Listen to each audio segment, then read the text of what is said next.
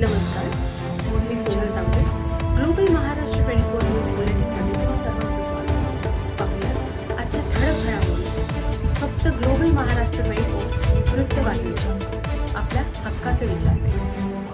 नमस्कार, आपण पाहत आहात ग्लोबल महाराष्ट्र 24 न्यूज. आजच्या न्यूज बुलेटिनमध्ये आपले मनपूर्वक स्वागत. स्वर्गाच्या नावाखाली वर्षापासून नरक यातना, कोट्यवधींचा महसूल तरीही मूलभूत सुविधांचा अभाव. केडीएमसीच्या दुर्लक्षामुळे नागरिकांचा संयम सुटेल. नाव आहे हेवन म्हणजे स्वर्ग, पण वास्तव मात्र याच्या पूर्णता विरुद्ध आहे. कल्याण डोंबिवली महापालिकेच्या हद्दीतील लोढा हेवन ही टाउनशिप गेल्या अनेक वर्षापासून मूलभूत सुविधांअभावी झगडत आहे. अवघ्या 2 तासाच्या पावसातही संपूर्ण परिसर बेट बनतो.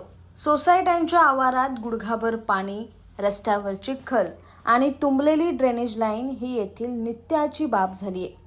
नेहमीचे मढे त्यास कोण रडे ही म्हण आज या परिसराला अगदी तंतोतंत लागू पडते. महापालिकेला दरवर्षी कोट्यवधींचा महसूल देणाऱ्या या भागाकडे प्रशासन आणि लोकप्रतिनिधी दोघेही जाणीवपूर्वक पाठ फिरवत आहेत का, असा संतप्त सवाल आता नागरिक विचारत आहे. अपेक्षा मोठ्या, वास्तव केडीएमसीची वास्तव्यास आली तेव्हा कल्याण तालुक्यातील 27 गावांसह लोढा हेवनचाही सुनियोजित विकास होईल अशी मोठी आशा होती. ग्रामीण भागाला शहरी सुविधा मिळतील, पायाभूत सुविधा मजबूत होतील असे सांगण्यात आले होते.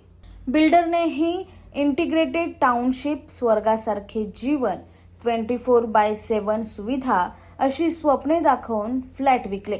लाखो रुपये खर्च करून सामान्य माणसाने येथे घर घेतले, पण 2026 उजाडले तरी आजही येथे मूलभूत सुविधा नाहीत.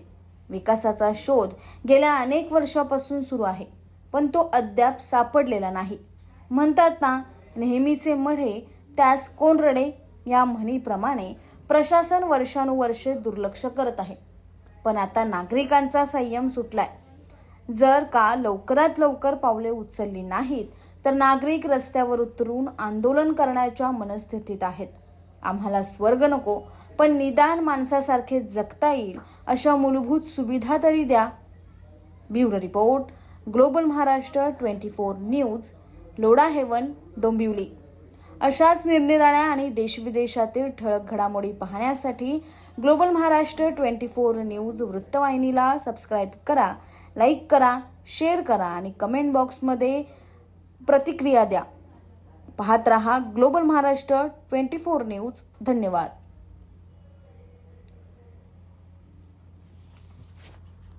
ये देखो पूरा पानी 3 दिन 5 दिन हो गए, तो पूरा भरा हुआ है. केडीएमसी वाले बिल्कुल कोई ध्यान नहीं दे रहे. प्रशासन पूरा सोया हुआ है. ठीक है, पूरे दुकानों में पानी भरने लग गया है. सुबह से लगे केडीएमसी वाले आए, देख के भाग गए.